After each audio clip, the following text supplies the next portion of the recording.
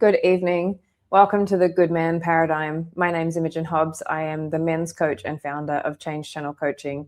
And tonight on the Good Man Paradigm, I want to talk about something that is creeping in everywhere and is evident in lots of the conversations that I'm having at the moment, which is around the loneliness epidemic and what I see of that, or what I'm experiencing of that, both in conversations that I'm having with the men that are coming through Change Channel, but also in my sort of personal life, where I'm seeing having conversations with other people out there in the wild, like friends and family and just everyday people, as well as my own experience. And it seems more and more that we have, been pushed into this separated and segregated culture. But not only that, we are also in a generation and a time where it's kind of this crazy middle ground, really, where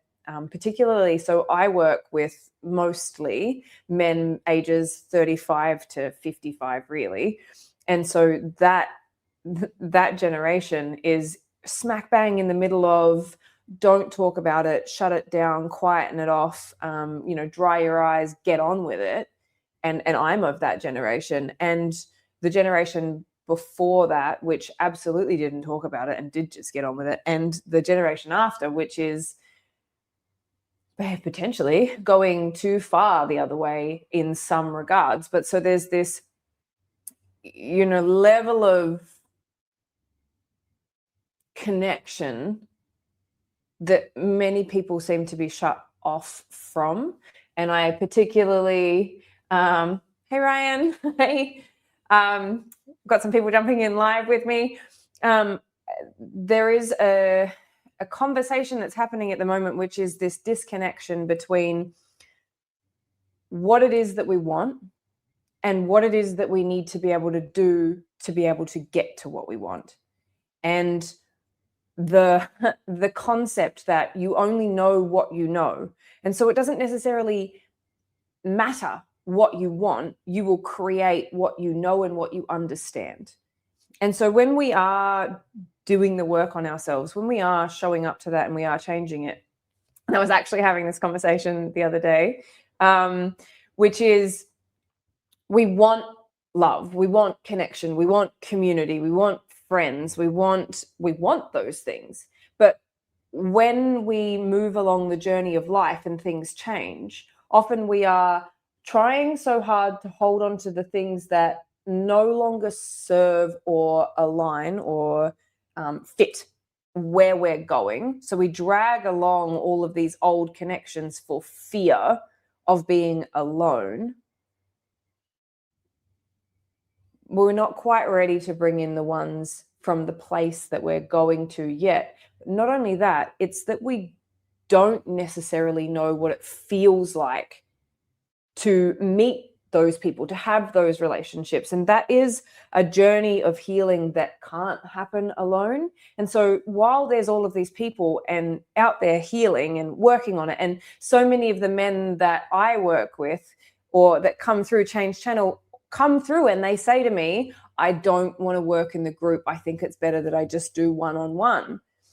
And what I see in that is that what you actually need is the group.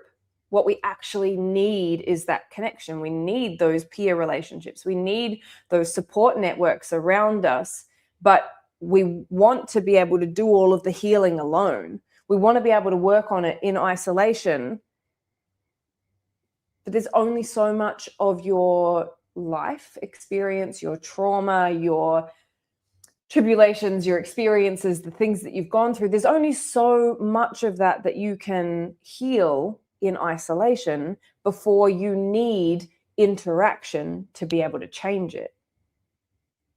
We need that connection. We need that exposure to be able to move through the physical response, which is that you can understand things to the nth degree, right? Like you can understand your trauma network, your profile, your reactions, your relations, your way of functioning. You can understand your program to the finest degree. You can understand your generational programs.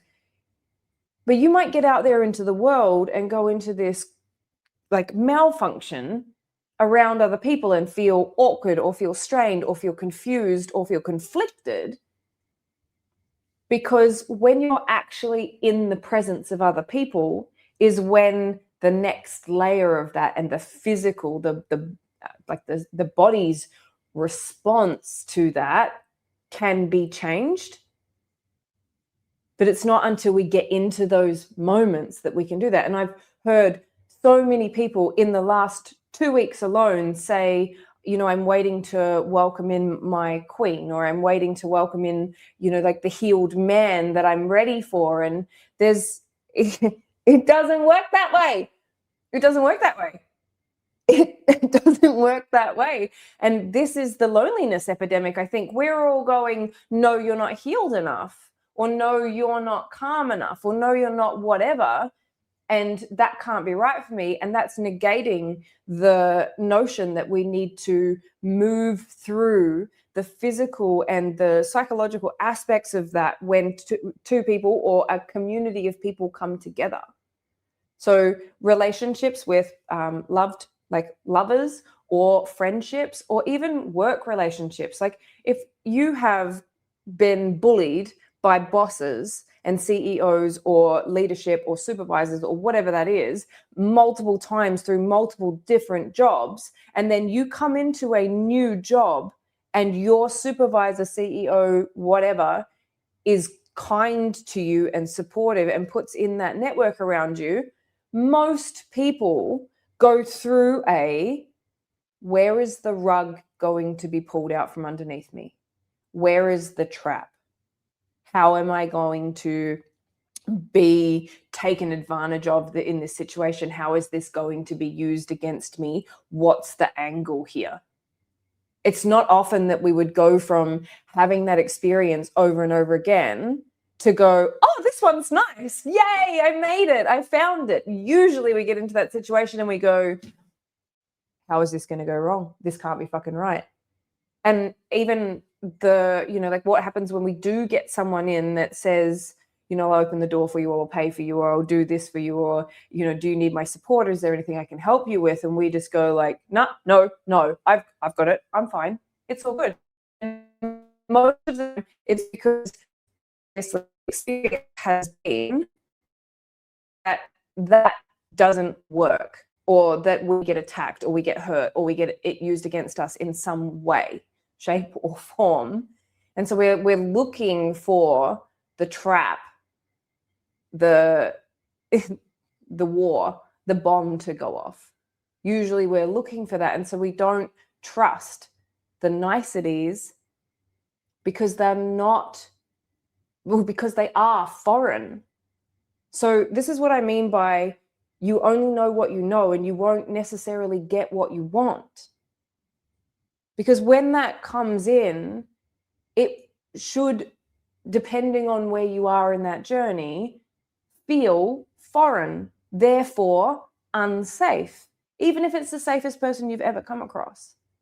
And our walls get put up so high. And I think in the generation that we're in right now, or the time that we're in right now, there's so much conflicting information. There's so much out there that is, and we are being so heavily bombarded by so many different viewpoints. I mean, even this is just my viewpoint. So this is part of that. But we are, so overly exposed to so many things that I think that our threat mitigation system is just on fire at all times, looking for red flags. Everyone's got red flags. You have so many red flags. We can't get away from those. And it's not that we're looking for red flags. What we need to be looking for is the markers of we can work together, we can collaborate, we can partner, and we can have conversations. Because in the beginning of all of this, we need to be having some difficult conversations. And I've said this many times, but so many people get caught up in that honeymoon phase and they want it all to be, just lovely and dandy, but you can't maintain that level of output, of showmanship, to look bright and shiny so that you will be the chosen one by this person in whatever regard that is, right? Like relationships, work, career, all of the dynamics, friendships. If you're putting up that, it's so that you look good, so that people will accept you. But then eventually we get, like exhausted of holding up that facade for so long that then we go, well, I can't function like this anymore. And we drop it. When personally, I think that we should be having the difficult conversations first. Like, this is who I am. This is how I function. This is how I react to things. This is usually this is what I need in those moments. Being able to have these open conversations as we move through the beginnings of relationships, so that we can go like, does our communication style line up? Does our ability to connect and manage or navigate issues and problems, does that line up? Are we able to be open about this, and one of us, or is one of us getting offended and taking it personally and throwing it back at us? Like, that's what we need to be looking for in people, is how do we connect? How do we be our authentic selves? But I'll bring this back down to the loneliness epidemic, which is we're alone in ourselves. I think that many of us are isolated in ourselves, which means that we feel detached somewhat from the world around us and don't know how to be our most authentic selves. We haven't found our voice. We haven't found what it is that we need to bring out into the world. That's what I'm working with the guys on all of the time, is to understand what is your programming, what is the system that you function within, what have you learned throughout your life that means that you show up in a certain way, and how can we connect with that rather than trying to run away from ourselves and say, like, it's fucked for me, but it's fine for everyone else. I like their life that looks better, especially when we are in the shiniest life time with Instagram and TikTok and YouTube and Facebook and all of these things where we see such glamorized versions of people's lives. I think that encourages the loneliness epidemic, which is how separated do we feel because we're constantly putting out a version of ourselves that looks good, which is that honeymoon phase. Like, this is the version of you that I want you to see. And when we show up in that, the rejection of self, how do we hold that mask up so that that's what people see of us, so that they accept us and they want us to be around. They want us to be with them because we're funny, or we make them feel comfortable, or we fix their problems for them, or like we solve the astrological planetary alignment so that makes sense for them. But who are you when you put the mask down, and how do you bring that in? Because one of the things that I see is that the way that this functions, the way that this happens, is on levels and layers, which is what I think and what I say a lot to the guys, right? Like, you're not broken. You're not something that needs to be fixed. You do need to seek to understand yourself at a deep level so that you know how you show up. You know what the invitations are. You know when you're triggered. You know when you walk into a room and you feel everyone else's energy and you get anxious all of a sudden that it's not yours, and you can push that back out. That's the skills that the guys are learning in Change Channels programs, right? It's like, how to identify what is yours and what's not, and what do you want? That's part of understanding yourself at a deeply profound level. And when you get that, I think this is the challenge. I think that it can become more isolating for a period of time, because you aren't who you were before. You aren't your childhood. You aren't the life that you grew up in. You aren't that person anymore. And you will need to let go of some people. You will. Many people. Many times. To be able to detach from that and move forward. And that doesn't make you cold, and it might make you selfish. And I think that that's awesome, because I think that selfishness is a skill and a gift that we need more of, not less of. But you are in this interim space of, I don't fit here, but I am not the person that I'm becoming just yet. because I'm not comfortable here, because I haven't been here long enough to understand. And that's when I said before around, you bring someone new in and they operate in a different way to what you've experienced before. Usually you're on guard more than you are relaxed. It's the same with that movement of self, that evolution that you go through. When you get to that place, when you are moving through building something bigger, say it's a business, say it's a relationship separation, right? Whatever that change is that you're moving through, before you arrive at the person you're becoming, or even when you do get there, it feels foreign, which is this huge self-transit, basically. That's that I'm not who I was and I'm not yet who I'm becoming yet. That's really isolating. It is a really lonely space to be in. I've been in that space many, many times, because doing this work, building Change Channel, going on my own healing journey, 15 plus years of personal development, I've been through that stage more times than I can count. And I know what it is now. I understand the invitation that it brings in, because I've moved through it many times.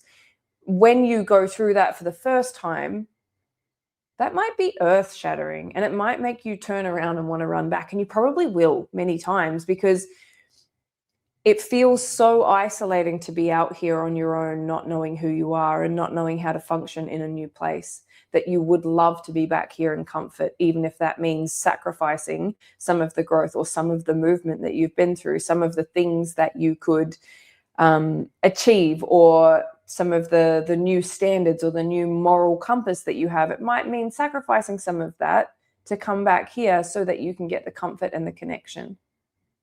But is it bringing you out of the isolation, or does it make you feel more alone? I mean, anyone that's watching, does it make you feel more alone to be in a room full of people that you feel disconnected from, or being in a room by yourself? What feels more isolating for you? But then when we are so used to and so programmed to get social praise, to get social attention and validation, to have lots of friends, and that comes from childhood and through schools and being the popular kid, or wanting to be in the in groups and things like that, and those dynamics. And we bring those through into adulthood, and we sacrifice ourselves for connection. But is the connection true? And when you start to shut all of that away, I think you start to learn how much you've been abandoning yourself. And when you start to see that, the reality of that comes in, and that can be, again, really isolating. It can be really lonely. But I think that the person that we are most lonely from and for is ourselves, because self-soothing, self-understanding, self-nurturing are difficult. They are. I think it's really hard to show up to yourself on a regular basis. And again, layers and levels. So every time you get through a compounding experience where maybe you've just started a business, right? So maybe you've just started a business and you've made it through your first year. That would be a compounding experience. You're like, right, year one, still alive. That would be a huge transit, right? Because you're no longer at the beginning, but you're not anywhere near where you're going just yet. So you've gone through a growth period, and now you're about to level up again to go into your second year. This position of growth should trigger all of your doubt programs, all of your loneliness, all of your, am I worthy? Am I good enough? Can I do this? Can I ever get anything right? Is it always going to be this hard for me? That growth period should trigger that. All of your temper tantrums, your loneliness, your scarcity, all of your pain should get triggered in that growth, because this is scary for us psychologically. We don't know where we're going, right? This is I don't fit where I've come from, but I'm not yet where I'm going. And you're in this transit of growth, which means that everything's new, which means that everything's risky, which means that everything's scary. And fear is one thing that will stop us from acting, or it will hold us back, or it will cause us to go back and to get that comfort, get that connection from places that aren't necessarily great. Like, how many people have gone through a breakup and then gotten drunk and called their ex and gotten a booty call and woken up in the morning and gone, oh, I really shouldn't have done that. Right? How many times do we do things like that where we are going back for comfort because we're scared of where we're going because it's the unknown? For entrepreneurs, and I feel like I have a healthy distaste for that word from one of my coaches, but for people that are building something of their own, building something that they believe in, building something that they are working, like I was going to say desperately, but not desperately, but devotedly to bring to life, that's a lonely journey. It's an isolating journey. Because while other people can appreciate what it is that you're doing and why you're doing it, they can't understand and they can't see your vision. And in the beginning, particularly, because it's yours, it's your creativity, it's your genius, it's your baby, it's yours that's coming out into the world, how could anyone else understand that really? And how could you explain it well enough so that anyone else could understand why you were so passionate about it? When I first started Change Channel, doubt all around me, because I'm committed to this thing, but it's wild. No one else has done that before in my family. And is it going to fail? Is it going to work? Am I going to get destroyed by it somehow? And so the idea to protect the people that you love by challenging them not to take the risk is a safety mechanism. And for the person that is trying to take the risk, it's isolating and it makes it more lonely. And that is a complex conundrum to move and navigate through, which again is why peer groups are so important to have. Other people doing similar things to you, navigating a similar situation, doesn't have to be the same, so that you have encouragement, you have other people that kind of get it, that can say you're doing a great job, keep going, keep showing up. But when everyone around you doesn't understand what you're doing and they're all saying, why are you doing that? What if you fail? What if it doesn't work? Are you sure you want to go for that? Then our ability to take those risks is incredibly decreased, because you're not only then fighting against your own doubt, you're fighting against everyone else's doubt. You're trying to prove not only your own mind and your own experience wrong, but everyone around you as well, which is why it's important. But we're so scared of judgment generally, and particularly the men that I work with. Judgment, embarrassment are two of the main things, the main reasons, the main handbrakes that stop people from taking a step, from trying something new, because they're scared that they'll get judged, or that they'll feel embarrassed, or that they'll make a slip up, or that people will criticize them. And so that fear stops the action, but also then you're sitting with yourself feeling lonely. Because what if you had taken that opportunity? What if you had gone for it? Do you really want to be where you are, sitting in this room full of people that don't connect with you, that you feel like you have to make yourself smaller for?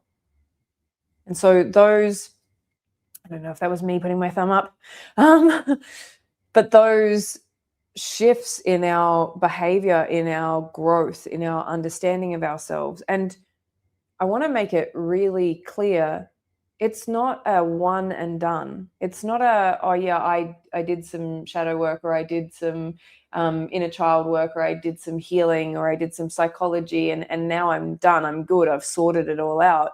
It is a continual journey until we die. And so while we are on that journey, we will be growing through parts of ourselves that mean that we will continuously meet those points of isolation, meet those points of loneliness, meet those points of confrontation with yourself. And so, are you lonely in the world, or do you feel lonely within yourself because everything's changed, or you've just woken up to how many times you haven't supported yourself, or you haven't backed yourself, or you have doubted yourself and you haven't followed through? That can be incredibly difficult to look at. That can be an incredible challenge. And when you do show up to it, like I say to the guys every week in the groups, every week, it doesn't get easier.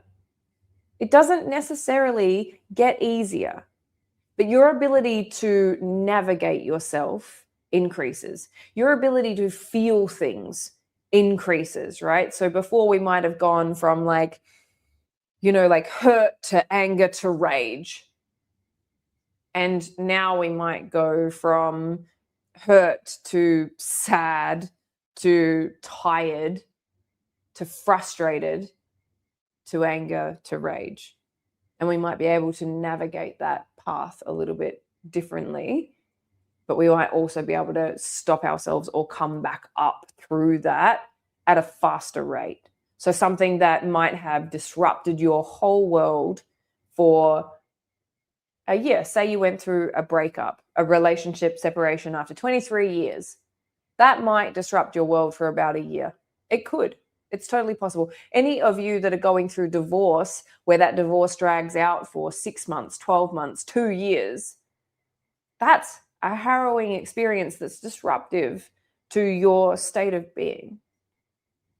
The more you understand about yourself, the more you can navigate that process and still hold yourself without sacrificing or abandoning yourself along that road, which just means that you can operate in a calmer, more respectful, more understanding way, which means that you give less power away and you retain more for yourself, which means that you're less tired, you're less run down, you're less angry, right? Those are some of the things that would mean for your life, which is incredibly powerful.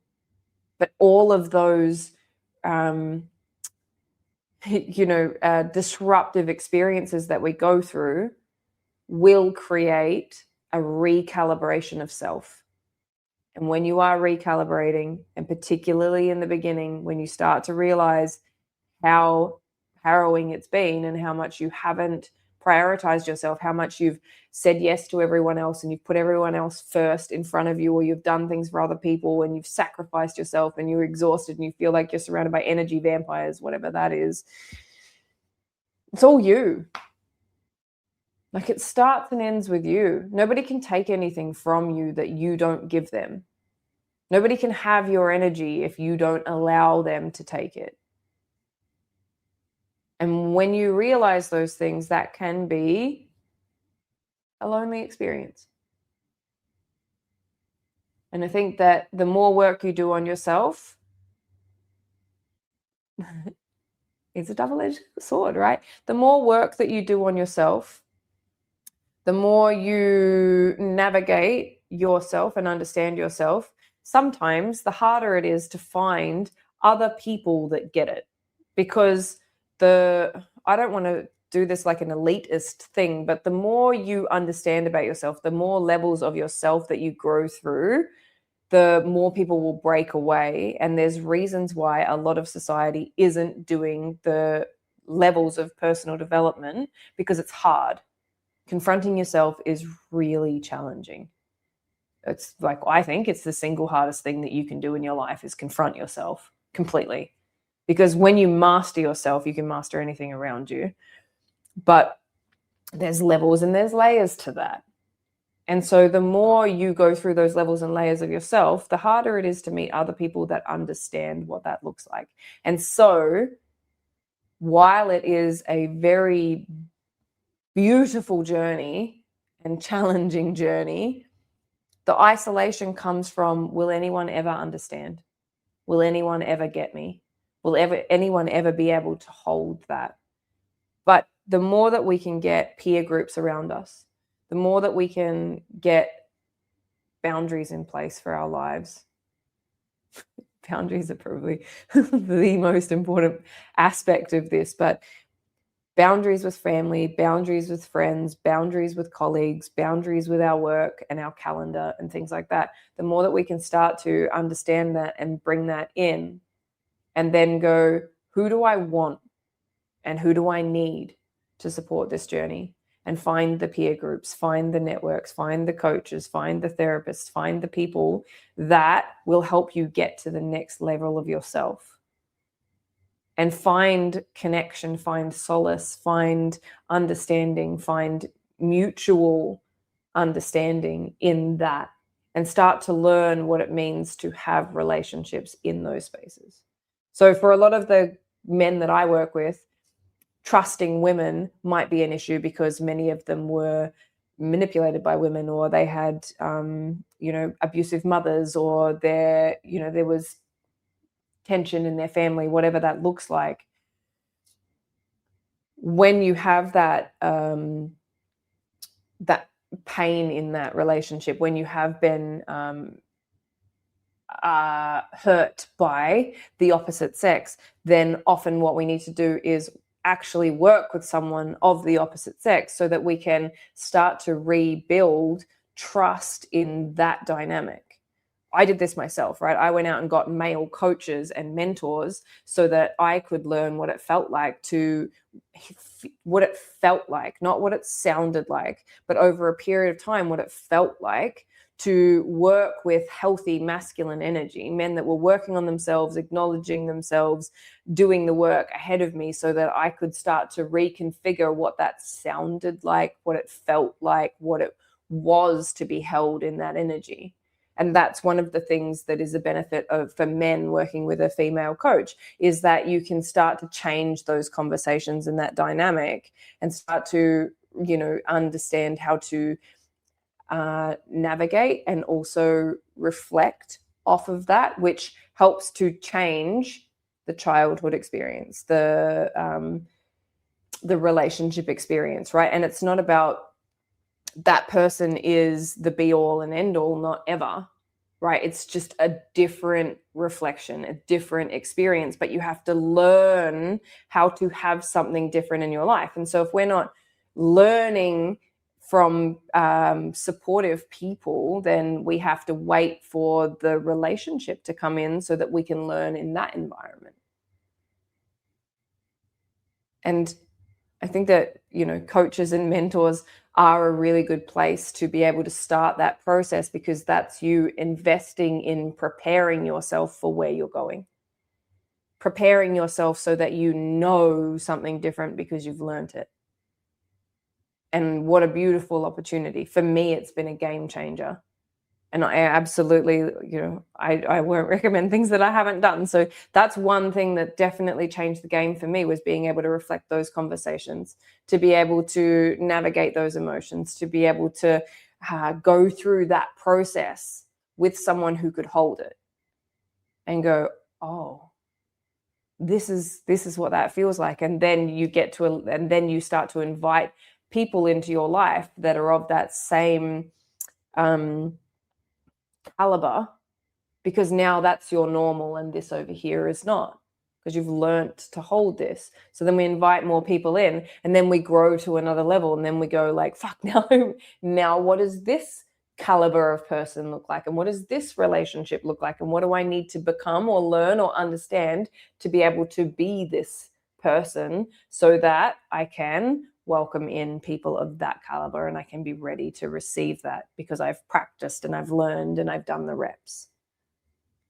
So while the loneliness epidemic is rife right now, and people are struggling in relationships and struggling to find relationships and things like that, I think that's because we're looking for a finished product, because we want like what is ideal without having to do the next layer of work, which is what is your body still holding on to of the experience that you've had that now you need to process with those other people in those other networks.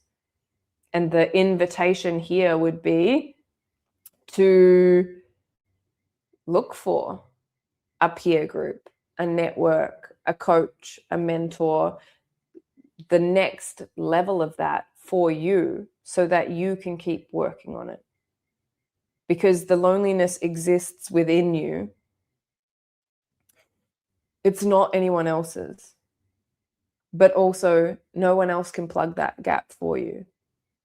People can make it feel nicer, and you can have a different experience with them. But if you're anchoring your loneliness in someone else and making them responsible for your feeling loved, cared for, connected, nurtured, whatever that is, then you have given up authority over yourself. And I don't think that that's fair, or it isn't fair, to make someone else responsible for you not feeling lonely.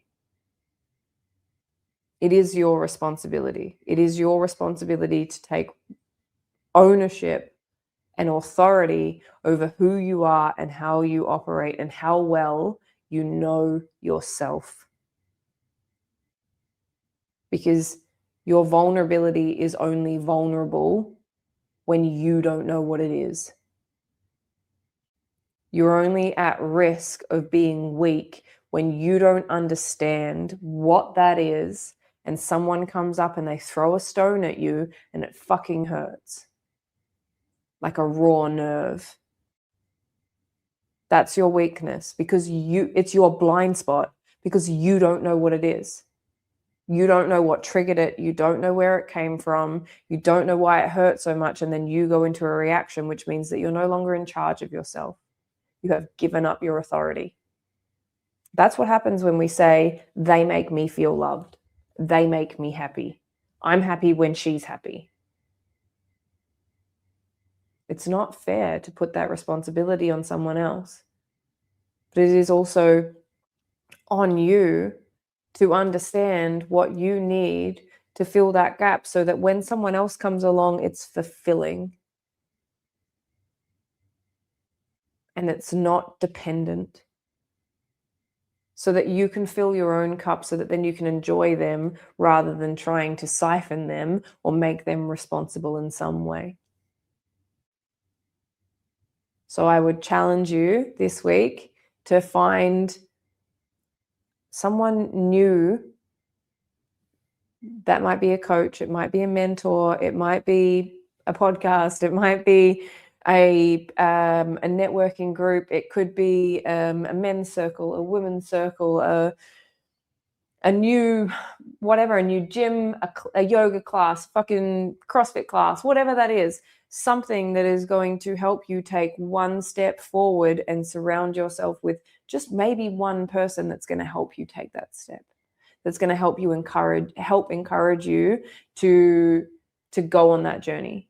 For all the men watching this, I have a free men's community. You are welcome to jump in there. There's links all over my bios and everything like that to get into that free Change Channel community arena. And I coach in there once a month for free. So you can show up in there and get that support. It's not like for anyone that says, oh, like I don't have the money or it's way out of my reach. There's so many different ways. I mean, personally, in Change Channel, I've got the free men's community, I've got an on-demand course, I've got free resources, I've got the podcast, I've got the coaching sessions, like there's so many resources at your disposal just within that one community. But find what works well for you. Find the space that you relate to that helps to encourage you to be better. That doesn't necessarily mean that it has to, like be all rosy. Challenging you should feel a little bit uncomfortable because it's going to push you beyond what you're used to and call you out, hold you accountable to the journey that you're on. That would be my challenge for you. Find someone or a group somewhere that is going to help you stay accountable to the next level and take that step for yourself. And I would love comments on any of the replay versions of this. We're on Spotify, we're on YouTube, we're on Facebook, we're on Instagram, we're everywhere. But please put a comment down and let me know how that goes for you, or what you have experienced, or what you've learned, or what your experience of loneliness has been. I would love to hear this, and I would love to be having more of this conversation. Thank you so much for those of you who have joined me live. And for those of you who are watching the replay, this is the Good Man Paradigm. My name is Imogen Hobbs. I am the men's coach and founder of Change Channel Coaching, and I will be live again next Thursday night at 5:30 p.m. So I hope to see you there. Thanks for joining me.